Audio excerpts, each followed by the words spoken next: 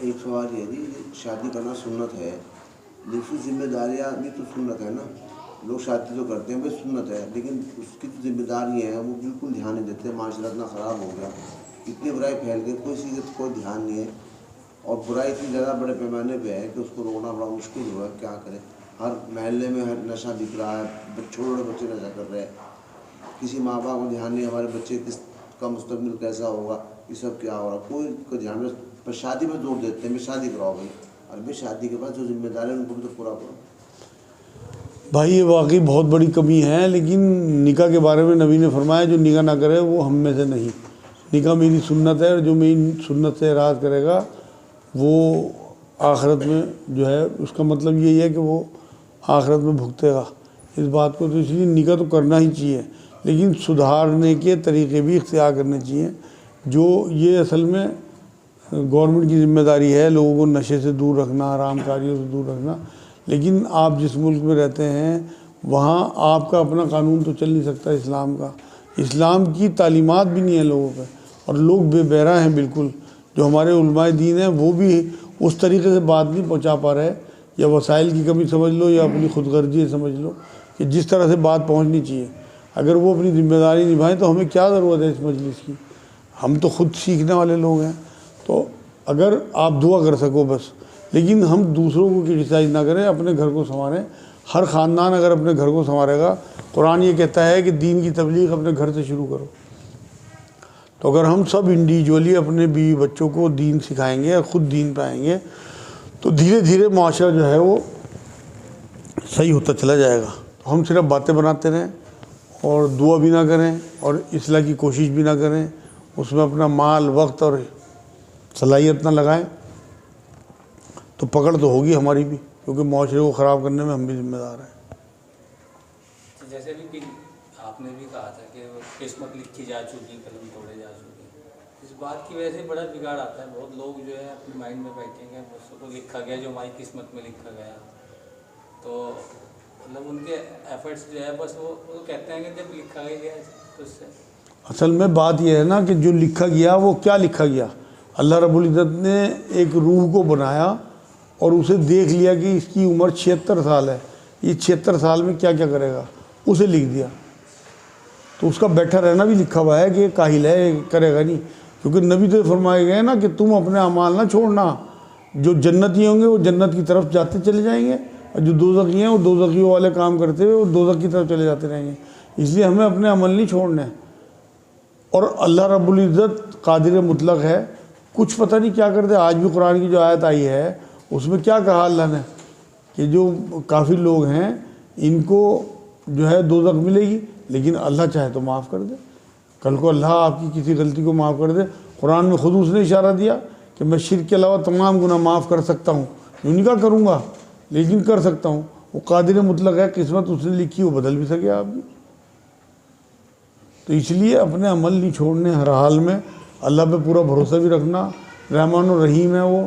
قرآن میں اس نے کہا کہ جو بہت زیادہ ظلم کر بیٹھے وہ ایک بہت بڑا گناہ نہ کر بیٹھیں کہ میری رحمت سے مایوس نہ ہوں. میں انہیں معاف کروں گا اگر وہ میری طرف پلٹیں گے، میرے سے معافی مانگیں گے.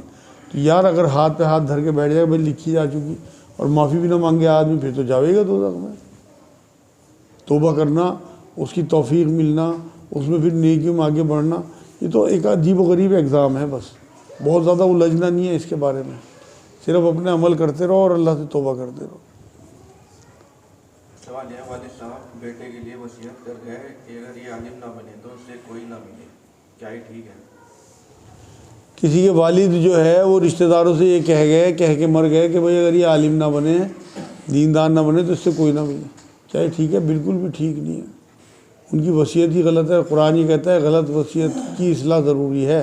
ان کے گھر والوں کو یہ بات بالکل نہیں مانے. اگر اب وہ مر گئے، انہیں آخرت میں جا کے وہاں پتہ لگ گیا ہوگا کہ قطع رحمی کتنا بڑا گناہ ہے، یہ آرڈر دے گئے اپنے رشتہ داروں کو کہ اس سے قطع رحمی کر لینا، انہی پہ بجے گا، ان کی کھال اترے گی.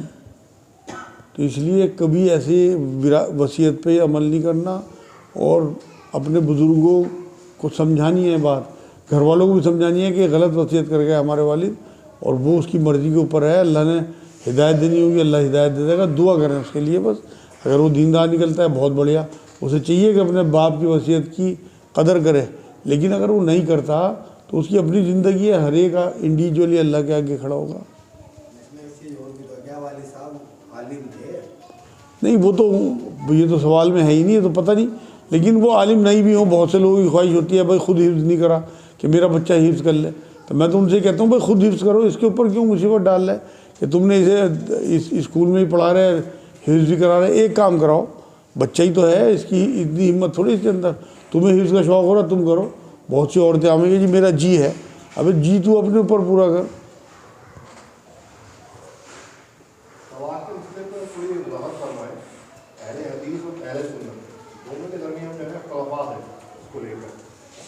سعودی عرب میں میں نے دیکھا ہے کہ وہاں پہ، اور میرے ساتھ میں ایک کیس بھی ہوا تھا ایک دوست کا، تو انہوں نے یہ فرمایا کہ بھائی طلاق دے دی۔ اب یہاں کے مطابق اہل سنت کے مطابق تو ہو چکی تھی، لیکن وہاں پہ گنجائش نکال دی گئی۔ انہوں نے کہا کہ قرآن کے مطابق ہم نے جو ہے یہ کہیں نہ کہیں انہوں نے مطلب کہا کہ ہمارے یہاں کمی ہے، قرآن کو فالو نہ کر کے کچھ پلیز اس پر وضاحت فرمائیں کیسے ہوتی ہے طلاق، یعنی کہ ایک مرتبہ 3 دے دی ہو گئی، یا کچھ گنجائش ہے 3 سے زائد دینے کے بعد؟ ان کا سوال یہ ہے کہ اہل حدیث حضرات چاہے 3 طلاق کو چاہے 3000 دفعہ کو اسے ایک مان لیتے ہیں، اور جو ہماری طرف اہل سنت والجماعت والے لوگ ہیں یہ کہتے ہیں کہ 3 بار اگر طلاق کہہ دیا تو ہو گئی۔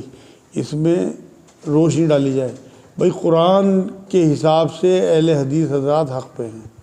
قرآن یہ بات کہتا ہے کہ ایک طلاق دینے کے بعد عدت شروع ہو جاتی ہے، اور عدت کی مدت میں کوئی طلاق نہیں ہے۔ سورہ بقرہ آیت 228 سے 232 تک آپ پڑھیں، ایک طلاق دینے کے بعد وقفہ ہے۔ اگر وہ پھر مان لو دوبارہ جھگڑا ہوتا ہے، اگر اس وقفے میں انہوں نے رجوع کر لیا ٹھیک، 2 طلاق کا حق اس پہ باقی ہے، اور اگر رجوع نہیں کیا، پوری عدت اس نے کر لی عورت نے، تو پھر نیا نکاح ہوگا نئے مہر کے ساتھ، لیکن انہیں کوئی نہ روکے۔ قرآن یہ حکم دیتا ہے کہ اگر وہ نکاح کرنا چاہے تو انہیں کوئی نہ روکے۔ اگر وہ عدت کے بیچ میں، عدت کی مدت میں رجوع کرتا ہے مرد تو اسے پوری اجازت ہے، عورت منع نہیں کر سکتی۔ تو یہ لیکن 2 بار تک ہو سکتا ہے، تیسری بار بھی اگر اس نے طلاق دے دی تو پھر انہیں کوئی بھی نکاح نہیں ہو سکتا ان کا، نہ یہ رجوع کر سکتے ہیں۔ پھر تو تب تک جب تک یہ عورت عدت پوری کرنے کے بعد کسی اور مرد سے نکاح کر لے، وہ مرد بھی اپنی مرضی سے طلاق دے دے یا اس کی ڈیتھ ہو جائے مرد کی، تو یہ پہلے مرد سے نکاح کر سکتی ہے، یہ دین ہے۔ لیکن ہمارے ہاں تو کوئی جلد بازی میں، غصے میں، ٹیلی فون پہ 3 بار طلاق کہہ دے طلاق ہو جاتی ہے۔ یہ کسی بھی قیمت پہ جس چیز کو اللہ رب العزت نے اتنا ناپسندیدہ قرار دیا ہو، وہ اس طرح کھٹر پٹر کیسے ہو جائے گی؟ دوسری بات یہ ہے کہ طلاق منہ سے نکلتے ہی مطلب سیکنڈ کے 1000ویں حصے میں عورت کی عدت شروع ہو جاتی ہے، اور عدت کی حالت میں طلاق دوسری نہیں دی جا سکتی۔ تو اس لیے حق پہ ہیں، ان کا مسئلہ اس میں درست ہے، بالکل درست، ان کو طلاق کے مسائل کو لے کے ہم فالو کر سکتے ہیں، بالکل فالو کر سکتے ہیں بھائی۔ یہ جو ہمارے حنفی حضرات ہیں، یہ بہت سارے معاملوں میں جو اہل حدیث حضرات ہیں یا امام شافعی ہیں انہیں فالو کرتے ہیں۔ اب ان کے ہاں تو اگر کوئی مرد گم ہو جائے تو عورت کو 80 سال انتظار کرنے کا حکم ہے، اور امام شافعی رحمۃ اللہ علیہ کے مسلک میں 4 سال، تو انہوں نے یہ وہاں سے لے لیا۔ تو اسی طرح ہمارے علماء دین کو سر جوڑ کے بیٹھنا چاہیے، اور طلاق کے معاملے میں بھی اہل حدیث حضرات کے جو فتویٰ ہے اس سے رجوع کرنا چاہیے میرے نزدیک، یا پھر غور و فکر کے ساتھ کوئی آسان راستہ امت کے لیے نکالیں۔ دیکھیں 3 طلاقیں ایک ساتھ کرا دینا تھوڑا مشکل کام ہے، عورت کو حلالہ کرانا، پھر اس کے بعد دوسرے مرد کے ساتھ ایک رات کو سونا، پھر اس سے بھی طلاق لے کے پھر پہلے سے نکاح ہونا، یہ سب حرام کاریاں ہیں جو ہمارے معاشرے میں ہو رہی۔ تو اس سے بچانے کے لیے یہ مشکل کام، اس سے بہت آسان کام یہ ہے کہ ایک طلاق کو 3 طلاق یا 3000 طلاق کو ایک طلاق مان لیا جائے، اور نبی کا بھی طریقہ یہی تھا کہ مشکل اور آسان میں سے آسان کو چن لیتے تھے۔ میڈیا تو ہماری کس چیز کا فائدہ نہیں اٹھا رہا، آپ اندازہ بھی نہیں کر سکتے، ہر چیز کو ہائی لائٹ کرتا ہے۔ ہمیں میڈیا کی پرواہ نہیں کرنی، ہمیں پرواہ اپنی اللہ کی کرنی، اپنے معاشرے کی کرنی، اپنی بہنوں کی کرنی، کہ جب ہمارے نبی یہ کہہ گئے کہ حلالہ کرنا اور کرانا جو دونوں حرام ہے، اور حلالہ کرنے والا کرائے کا سانڈ ہے، ملعون قرار دیا، ملعون ہے، تو یہ حرام کاری اگر ہم اپنے معاشرے میں جائز فتوے پہ کرائیں گے تو کس طرح سے اللہ کے عذاب نہیں آئیں گے۔ جو ہماری امت کا حال ہے اس کی وجہ، مین وجہ جو ہے نا، وہ میرے نزدیک 2-3 ہے۔ ایک تو فجر کی نماز چھوڑ دینا، جو نمازی ہیں وہ فجر نہیں پڑھتے اکثر امت کے لوگ. دوسرے بیاج میں ملوث ہیں 99% لوگ کسی نہ کسی طریقے سے. تیسرے یہ حلالے کا مسئلہ, عورتوں پہ ظلم کا معاملہ. تو یہ بہت ساری 3-4 وجہیں ہیں جس کی وجہ سے اللہ ناراض ہے ہمارے سے.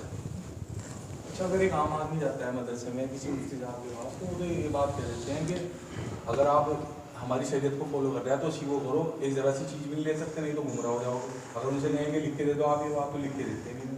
اور ایک عام آدمی بات سوچ کے اور ان کی بات بھی سر کم کرتا ہے. سب سے غلط بات تو یہی کہہ رہے ہیں, اگر وہ یہ بات کہہ رہے ہیں کہ ہماری شریعت رسول اللہ کی ہے, اسی شریعت پہ اہل حدیث ہیں, اسی شریعت پہ امام شافعی ہیں, اسی شریعت پہ امام مالک ہیں, تو یہ اپنی تو کہہ ہی نہیں سکتے. یہ بات سچی ہے کہ حضرت ابو حنیفہ رحمۃ اللہ علیہ سب سے زیادہ آسان دین دے گئے, لیکن یہ بھی بات صحیح ہے کہ انہوں نے یہ کہا کہ کوئی فتویٰ اگر میرا قرآن و حدیث سے ٹکرائے تو اسے دیوار پہ دے کے مارو. یہ کام یہ کرتے نہیں. اگر کوئی چیز ان کی نہیں سمجھ آ رہی ہے اور نہیں ان کی قرآن و حدیث پہ پوری اتر رہی, فوراً اہل حدیث سے لے لیں, فوراً امام شافعی سے لے لیں. زندگی لوگوں کی آسان کریں نا یار. کتنی زیادہ دیکھو اس سے برائی پھیلی ہوئی ہے معاشرے میں. یہ جو بات کہہ رہے ہیں, جو ہمارے غیر مسلم بھائی ہیں انہیں انگلی اٹھانے کا موقع ملتا ہے ہمارے اوپر انہی وجہوں سے. ٹائم کیا ہوا؟ ایک یہ ہے کہ یہ بتایا کہ رسول اللہ مجھے معاف کرے غلطی ہو جائے کہ اگر تم میں اختلاف ہو کسی مدعے پہ تو لوٹاؤ قرآن اور سنت پہ. تو ہمیں قرآن اور سنت کو ہی سمجھنا چاہیے کہ اللہ رسول کیا فرما گئے, قرآن کیا کہہ رہا, نہ کہ ہم آپس میں رچتے رہیں کہ وہ فلاں یہ کہہ رہا فلاں یہ کہہ رہا. ان کا سوال یہ ہے کہ قرآن کی آیت ہے کہ اگر اختلاف ہو تو اللہ رسول کی طرف پلٹو, تو ہمیں ادھر ہی پلٹنا چاہیے. بھائی اس کے لیے تو آپ کو دین کا علم ضروری ہے. اگر آپ کے پاس علم نہیں ہے تو آپ تو ظاہر سی بات ہے کہ جو اب آپ سننا ہے اسے آپ کو چیک کرنا تو نہیں آتا, تو آپ سنار سے تو چیک کراؤ گے. تو اگر کوئی مسئلہ بیٹھے گا تو آپ جو علماء دین ہیں انہی کے پاس تو جاؤ گے, خود تھوڑی لے کے بیٹھ جاؤ گے. تو اس لیے علم سیکھنے کی کوشش کرو. علم کا سیکھنا ہر ایک مسلمان مرد عورت پہ فرض ہے. تو اگر آپ کو علم اتنا ہوگا تو آپ کسی بھی قیمت پہ کسی اختلاف میں نہیں پڑھ سکتے. میں تو کسی کو کچھ نہیں کہتا الحمدللہ, میں خود پڑھتا ہوں. جہاں تک اگر کہیں بہت زیادہ اٹک جاؤں تو پھر میرے سامنے میرے استاد بھی ہیں. استاد ضرور بنا ہوا ہے آدمی. استاد بنانے میں سب سے بڑی سیفٹی یہ ہے کہ ایک تو آپ اپنے آپ کو چھوٹا سمجھو گے, یہ سمجھو گے میرا بھی کوئی استاد ہے. تکبر نہیں آئے گا کبھی بھی. جو اپنے آپ کو استاد سمجھے نا اس کو وہ تکبر میں آ جاتا ہے, اور تکبر جو ہے وہ ایسی چیز ہے جو آپ کو دوزخ تک لے جائے گی. حضور نے فرمایا تکبر جس میں رائی کے دانے کے برابر بھی ہوگا جنت کی خوشبو بھی نہیں سونگھ سکے گا. تو ایک تو اس لیے استاد ضرور رکھے اپنا. میں نے تو بہت سارے استاد بنا رکھے. میں تو جب بھی اٹکتا ہوں کسی نہ کسی ذریعے روحانی استاد الگ ہے, علمی استاد الگ ہے, دنیاوی استاد الگ ہیں. تو الحمدللہ میں تو آپ لوگوں سے بھی کچھ سیکھوں گا تو دلی دل میں آپ کو اپنا استاد مان لوں گا. تو یہ اپنے ذہن میں رکھیں کہ ہم سیکھنے والے لوگ ہیں, اپنے آپ کو استاد نہ سمجھیں. تو اس سے انشاءاللہ آپ کے اندر انکساری رہے گی اور سیکھنے کا جذبہ رہے گا. سوال ہے بچوں کے دودھ گرم کرتے ہیں انگلی ڈال دیتے ہیں, ٹھیک ہے؟ ان کا سوال یہ بچوں کا دودھ گرم کرتے ہیں چیک کرنے کے لیے کہ کتنا گرم ہے کتنا ٹھنڈا ہے, تو انگلی ڈالتے ہیں, ٹھیک ہے؟ ہاں بالکل ٹھیک ہے. وہ تو جو طہارت حاصل کرنے کے لیے پانی ہوتا ہے نا اس میں حضور نے انگلی ڈالنے سے منع فرمایا, کیونکہ اس میں آپ کو ایک طہارت حاصل کرنی ہوتی ہے. ناپاکی وہ انگلی پہلے آپ کی ناپاک وہی ڈل جائے اس میں تو وہ اس سے, تو یہ تو پاک انگلی ہے. اگر آپ سائنس کے حساب سے اگر کچھ احتیاط کرنا چاہتے ہیں تو اسے صابن سے دھو لیں انگلی کو, اس کے بعد چیک کریں جس سے کہ کوئی بیکٹیریا آپ کی انگلی پہ ہو. تو وہ میڈیکل اس سے میں کہہ رہا ہوں کہ اس کے لیے سہولیت یہ ہے آپ کو کہ آپ دھو کے اور پھر دودھ چیک کریں بچے کا. ویسے کوئی منع ہی نہیں ہے, اسلام کوئی منع نہیں کرتا.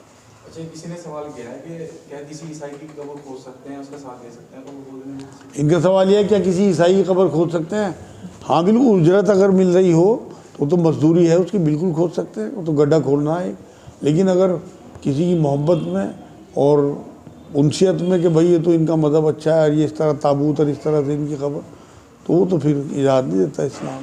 اسلام تو اجازت جب دیتا ہے آپ نے, اگر ویسے فتویٰ یہ ہے جو میں بتا رہا کہ بالکل کھود سکتے ہیں, لیکن تقویٰ یہ ہے کہ دور ہی رہے ان چیزوں سے.